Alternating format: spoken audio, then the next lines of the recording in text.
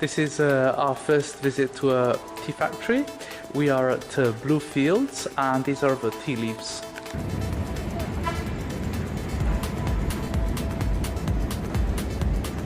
The pretty girl is our guide for the day. In Sri Lanka they produce three kinds of tea: the black tea, the green tea, which come from the same plant, and white tea. There are many hundreds of acres of land and 150 staff called the tea pluckers. Tea is fanned to eliminate moisture for about 24 hours, and then we go over to the rolling process. The leaves are put into the rolling machine through this passage. So these are the fans for drying the tea. Ideally, you shouldn't put your hands in here. These are the rolling machines that roll and cut the leaves. This here is the end of the process. To the rolling process, there is a sieve, so the thinnest parts of the leaves are kept and are ready, whereas the larger parts are cut once more by those machines to obtain the tea. The last step is for the finest parts of the tea leaves to be fermented, but only for black tea. Fermentation means that the tea leaves are laid on these concrete slabs. They open the windows and they just allow the leaves to rest for approximately 2.5 hours, and a natural oxidation process takes place, after which the final flavor and aroma of the tea is perfect. After a fermentation, the leaves go in another part of the factory for final drying. So these are the drying machines. This technology is quite old. The factory was set up in the 1920s, but old here means good and traditional. We have an integrated system going on here because the drying takes place at 91 degrees Celsius, and the excessive heat is channeled up to the fans so they don't waste any energy. So the heat is obtained with firewood, and we have a fire chamber behind this wall. So this is black tea, and another step is to separate the brown particles, which are fiber and stems, from the black parts, which are the actual leaves. So this is the machine to separate stems from leaves, and the finer part of the tea, the leaves, get electrically charged, so they are attracted by the net underneath, a little bit like a magnet, whereas the fiber rolls down on these trays here. So the fiber is finally used as a fertilizer for the tea bushes and tea plants. Leaves are then put into another machine for grading, and there are different sizes, so finally 6 kinds of black tea. So the tea factory actually keeps only 20% of its production.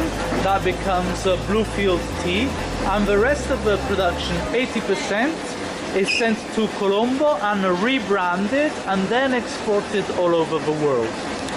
White tea is only the very tip of the plant. The plant is a little bit different because it's red, the buds are silver in color, and it is aged 2 months, or the youngest one is 2 weeks, and they claim it is the best tea in the world, very good for your health.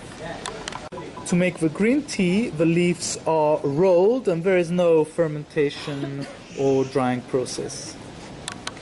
The largest leaves form the OPA variety, very much liked by the Chinese and drunk without milk and sugar. These two varieties feature black tea with broken leaves and rolled leaves, and they are very light, very much loved by Russians and Arabic people. The VOP variety is the English breakfast tea, so very strong, and you can drink it with or without milk.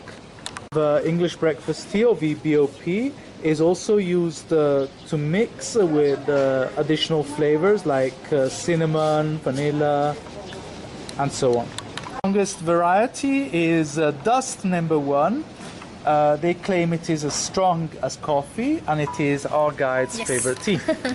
Here is historical and vintage, including the van for the deliveries.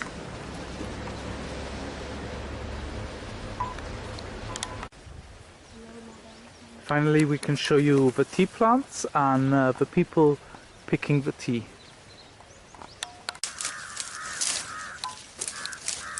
So we have 2 expert tea pickers working very fast and throwing the tea leaves in the sacks they have on the back of their heads.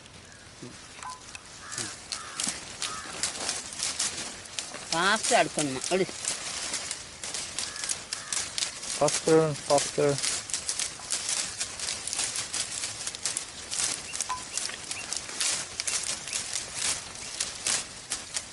Expert.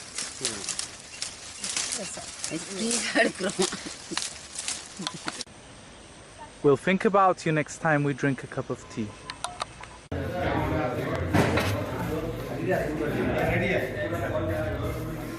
I feel like I'm in India again.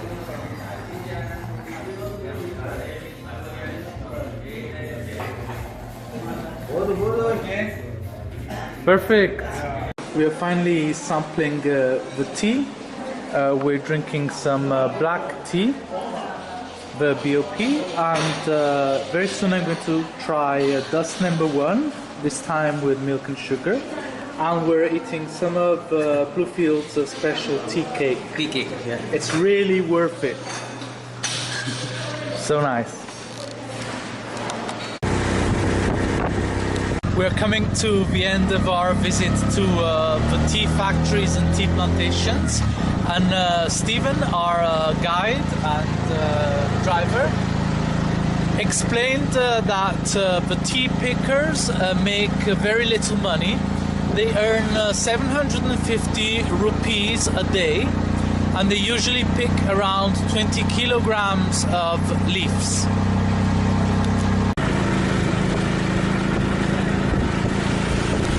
The land the tea is grown on belongs to the government, and the government gives the different tea companies a concession. Leasing. A leasing. So the land is leased to these people.